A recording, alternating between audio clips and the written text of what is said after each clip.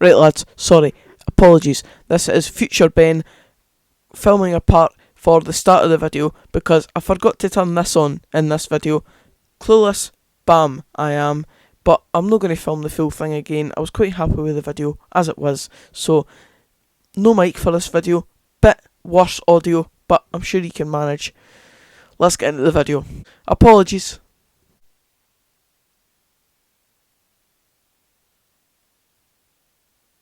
Yep, you can't hear me.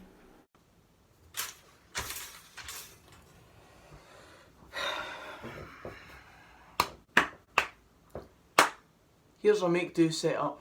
What a plonker, eh? What a plonker. Didn't even realise when I was filming the video that the camera wasn't going to be picking up the microphone audio.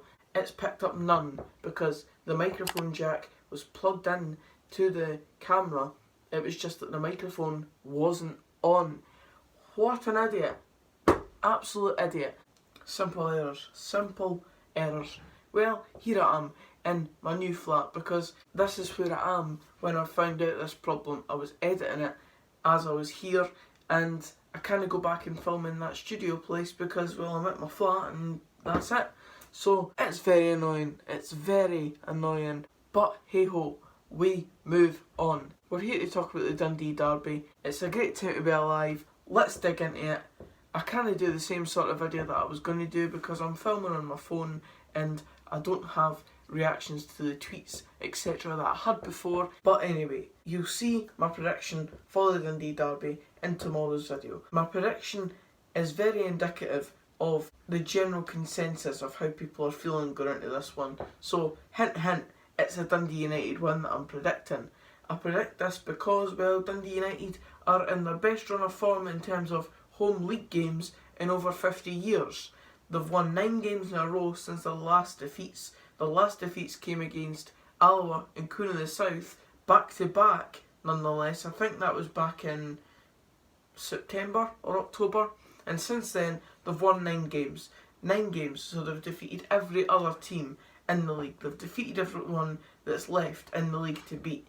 And now they come to face Dundee, who are the last team to score 2 goals at Tannadice. Every other team has scored 1 goal. Dundee United themselves have only conceded 5 goals at home in the league this season, and Dundee have scored 2 of them, and those 2, of course, being in that 6-2 demolition derby in the last time the 2 sides met at Tannadice.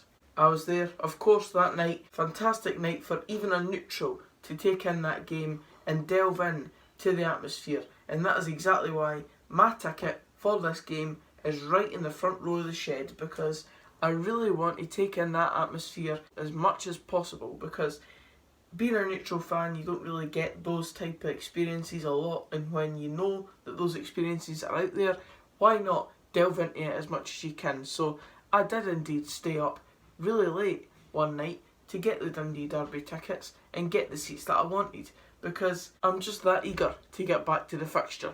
James McPake, the Dundee manager, has been criticised in times as Dundee manager. He's been criticised for various different things, such as his demeanour on the sideline, the fact that he just kind of stands there, hands in pockets type stuff. Who knows if he'll change that up this time round. Surely Dundee have to perform better than they have done in the previous 2 derbies. Even the 2-0 one at Dens, they just didn't show any sort of impetus to go into that game and look like winning it.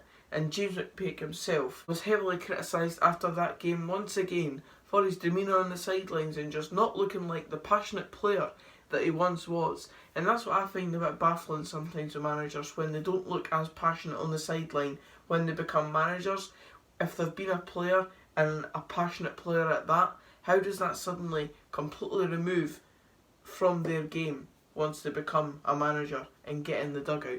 Answers on a postcard, please. When it comes to the manager of the other team, Robbie Neilson, he could end up surpassing his former team Hearts, who he left in a very good position in the Premiership around about 4 or 5 years ago. He moved down to MK Dons and now he's up back in Scottish football with Dundee United. Hearts currently sitting bottom of the Premiership and Dundee United top of the Championship now. What a turn up for the books it would be if Robbie Neilson ends up getting Dundee United automatically promoted and Hearts come down the other way in automatic relegation. That would be a turn up for the books in itself. But going away from that side of stuff and talking about the game, the Dundee Derby, the form of the two teams going into it, obviously Dundee United very much more impressive than Dundee, but Dundee themselves have had 2 back-to-back wins, and you've got to give them credit for that, because I think it must be one of the first times they've done it this season. And to get back-to-back wins going into a very important game, it's, as I just said, very important, so that your team has a bit more confidence going into these games, because there's no doubt that they'll think back to the previous games, 6-2 and 2-0, and they were dominated in those games. Let's no beat around the bush with that one. So they really do have to prove in this game, at least that they've got a bit more fight and dig about them. And I do expect Paul McGowan to have a part to play in this derby. Whether or not you rate him as a football player, he's the most experienced player in both sides in this fixture now. He's played in around 15 derbies or something like that, and that just goes to show the amount of experience that he's got in this fixture. Obviously, it's came to nothing in the last 2 fixtures. It should provide Dundee with a bit of hope, the fact that they've had 2 back-to-back wins and they've got players performing to an okay level now, especially ones like Paul McGowan, who has 2 goals in his last 2 games. And as we all know, according to the Match Attacks cards, he's a baller. But then the general consensus, especially in the poll that I put up on Twitter, 91% of people out of over 300 people, almost 400, think that Dundee United are going to come out on top in this derby. And as I said, my score prediction is going to be very indicative of that feeling as well. It's a Dundee United win for me in this one. I don't see it being any other way. I don't see how it can be any other way. But Dundee, I hope, should be able to at least make it a bit more of a game. Because no doubting that seeing an impressive team come out and absolutely blow away on the other side is impressive in itself. But for this derby, I want to see a competitive fixture. I want to see 2 teams come out and really have a go at each other and make it a cracking game for us all to watch. It's going to be another one that's on BT Sport, and it's also going to be on 1885 Bet. So you can make your choice as to which is the best content, which is better, BT Sport or 1885 Bet. It has to be said though, the Dundee Derby is the most underrated derby in Scotland, in my opinion.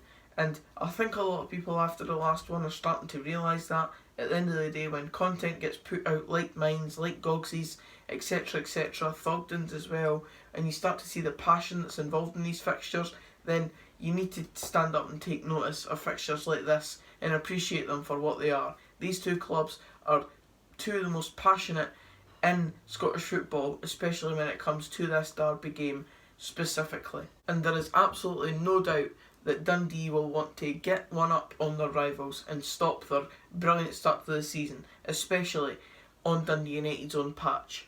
And on Dundee United's front, there is certainly no doubt that they want to get one more over on their rivals, because they've done it so far this season and they've beaten every other team there is to beat in the league. They now just need to keep it going and get the league wrapped up by around March time, because that's what they'll be hoping for.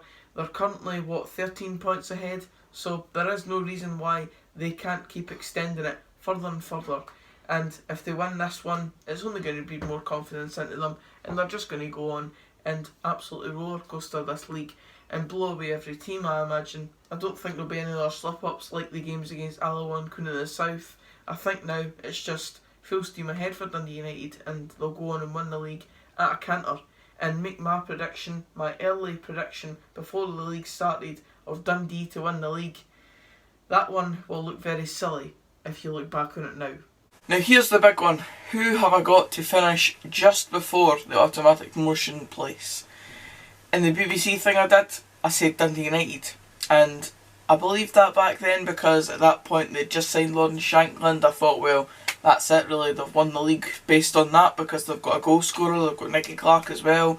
They've got a good squad in general anyway. But ever since then, Dundee United just haven't done it, have they? They've been beaten by East Fife at Tannadice. They've been playing Nicky Clark in an attacking midfield role, and they've just not been getting the best out of their squad in pre-season. So I now have Dundee United finishing second and involved in the promotion playoffs yet again. And that'll be music to the ears of the team and the fans who have gotten first. Dundee. But aye, that's it for this video, guys. Cheers for watching. If you did enjoy it, please give it a like, comment down below your thoughts on the derby, and a score prediction if you fancy it. Subscribe for more of this type of content, and until the next video, I'll see you then. Cheers, guys.